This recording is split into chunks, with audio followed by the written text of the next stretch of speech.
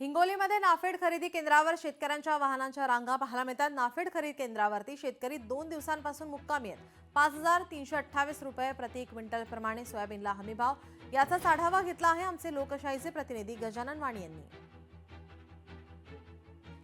हिंगोली जिल्ह्यात नाफेडच्या खरेदी केंद्रावरती सध्या शेतकऱ्यांच्या वाहनांच्या रांगा लागल्याचं पाहायला मिळतंय। मी सध्या हिंगोलीच्या सेनगाव येथील नाफेड खरेदी केंद्रावरती आहे। सध्या मोठ्या प्रमाणात शेतकरी आपलं सोयाबीन जे आहे ते या ठिकाणी घेऊन या नाफेड खरेदी केंद्रावरती आल्याचं पाहायला मिळतंय। पाहता की कशा प्रकारे शेतकऱ्यांनी जे आहे ते वाहनांच्या इथे रांगा लागलेल्या आहेत। पाहता की किती प्रमाणात वाहनांच्या रांगा लागलेल्या आहेत। आपल्यासोबत शेतकरी जाऊन त्याच्याकडून जाणून घेत, मला सांगा या ठिकाणी आपण काय घेऊन आलेलो आहात, कशा प्रकारे तुम्हाला सोयाबीन घेऊन आलेलो आहोत। आम्ही गुरुवारी इथं आलेलो आहोत। आमचं गाव आहे पिंपरी बरडा, 55 ते 60 किलोमीटर अंतरावर आहे। इथं न राहण्याची सोय न खाण्याची सोय, आणि इथं बाकीचे नाफेडचे केंद्र चालू न झाल्यामुळं याच केंद्रावर सर्वात जास्तीत जास्त गर्दा होतोय। परत इथं राहण्याची तर सोय नाहीच, परंतु आम्हालाही 12 वाजेपर्यंत इथं हे केंद्र चालू करीत नाहीत। याच्याकडे शासनानं लक्ष द्यायला पाहिजे।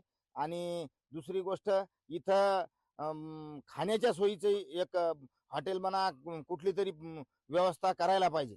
आपण बघितलं की सध्या थंडीचे दिवस सुरू आहेत। संपूर्ण थंडी मोठ्या प्रमाणात जिल्ह्यामध्ये थंडी आहे। मात्र या थंडीमध्ये शेतकऱ्यांना संपूर्ण रात्र जागून काढून आपल्या शेतीच्या मालाची या ठिकाणी राखण करावी लागते। तात्काळ नाफेड खरेदी केंद्र आहे जे ते रांगा कमी कराव्या आणि शेतकऱ्यांच्या समस्या सोडव्या अशी मागणी आता शेतकरी करतायत। कॅमेरामन राजेश सोबत गजानन वाणी, लोकशाही मराठी, हिंगोली। लोकशाही मराठी, ऐका, पहा, जागरूक रहा।